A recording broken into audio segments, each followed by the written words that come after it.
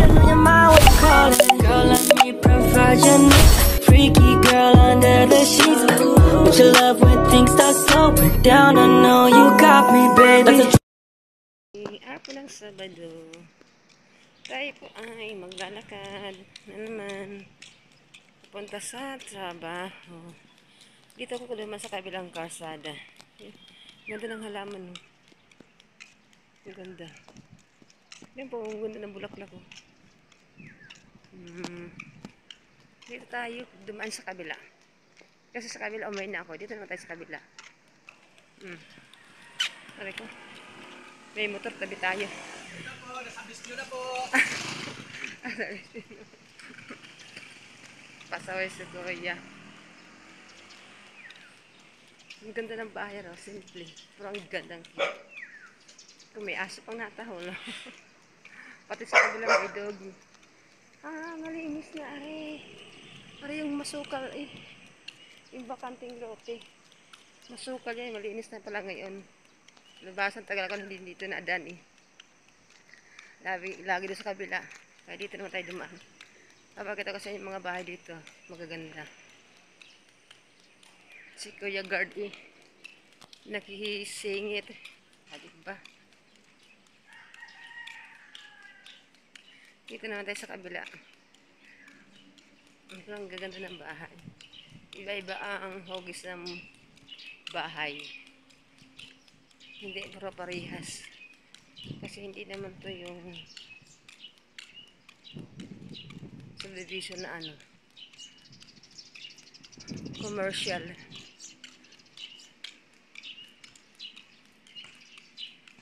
Ito, may nagbabasketball din eh. Sa court. Lamig. Naka-jacket ako lamig. May naglalaro dun. Malaki ang court din eh.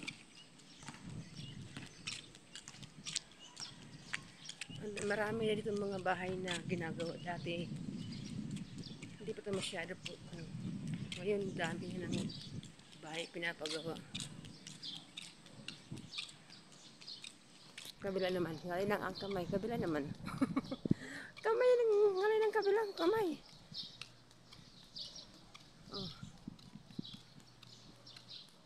Marami pa mga bakanting lote. Pero ang kabila oh. Meron magandang bahay. Bagong gawa. Dito rin sa kabilang street na rin. Ang dami rin mga bagong gawa. Yan oh. Maganda yan. Bagong gawa. Bagong renovate yan. Ang ganda niyan oh.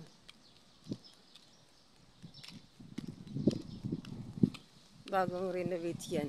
Yan ang kanyang forma. Binago lang yung pintura. Ganda diba? Lili ko na naman tayo. Oh yan. Lakas ang hangin. Hindi nga dito na ulan. Sa dito sa lugar namin. Sa iba ulan na ulan. Sa iba na mainit na init. Dito sa amin lamig na lamig. Ito ang lakas ang hangin oh. Sobrang lakas ang hangin. Hindi nga mainit. Sarap. Lakas ang hangin. Kahit hindi siya mainit, basta gato lang. Malakas ang hangin. Makulimlim. Huwag lang umulan. Maganda yun. Taman maririnig mo lang ingay ng ibon. Buti wala pang natal na aso. Kung may tumal na aso yun. Yan ang ingay. Tahol ng aso. Diba? Malapit na ako sa aking amo.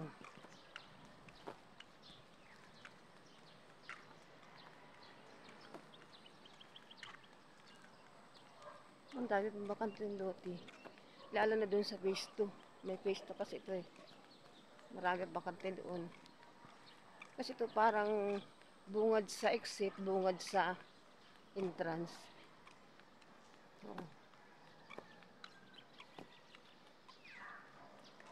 Hindi na tayo.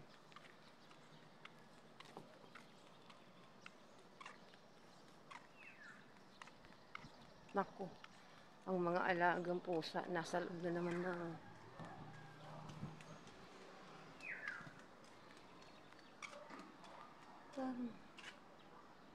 Gising na pala sila.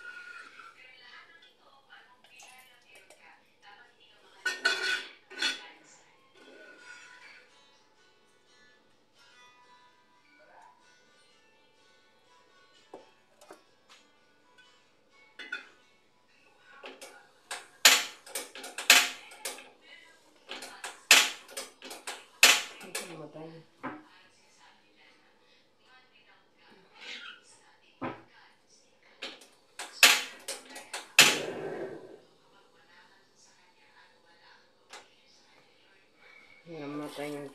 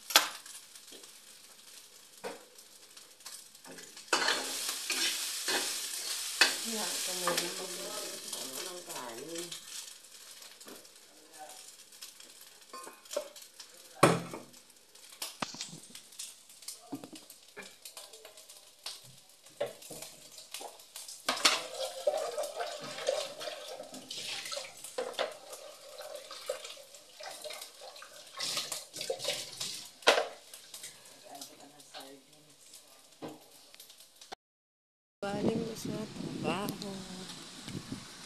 Ay, mga may na-atras na. Oh, shit. Kasi may aatras. Nauwi na ako.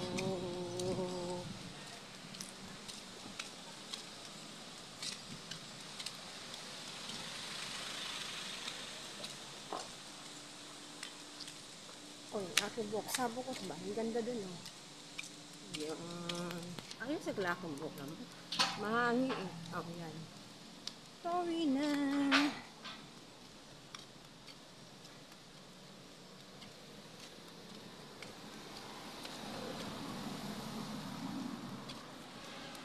Makasagingan ang mga tabihan. Kala ba hindi subdivision. Nakangating akin lang.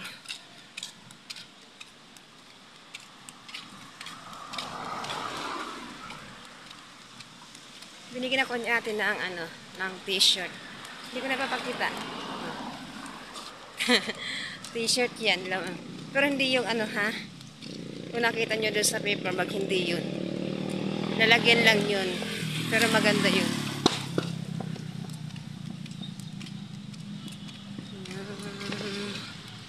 Medyo malayo-layo pa aking lalakarin.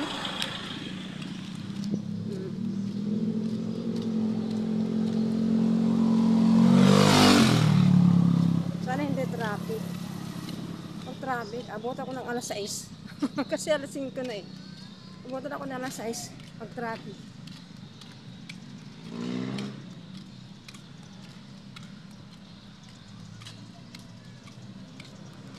Lakad-lakad sa'yo.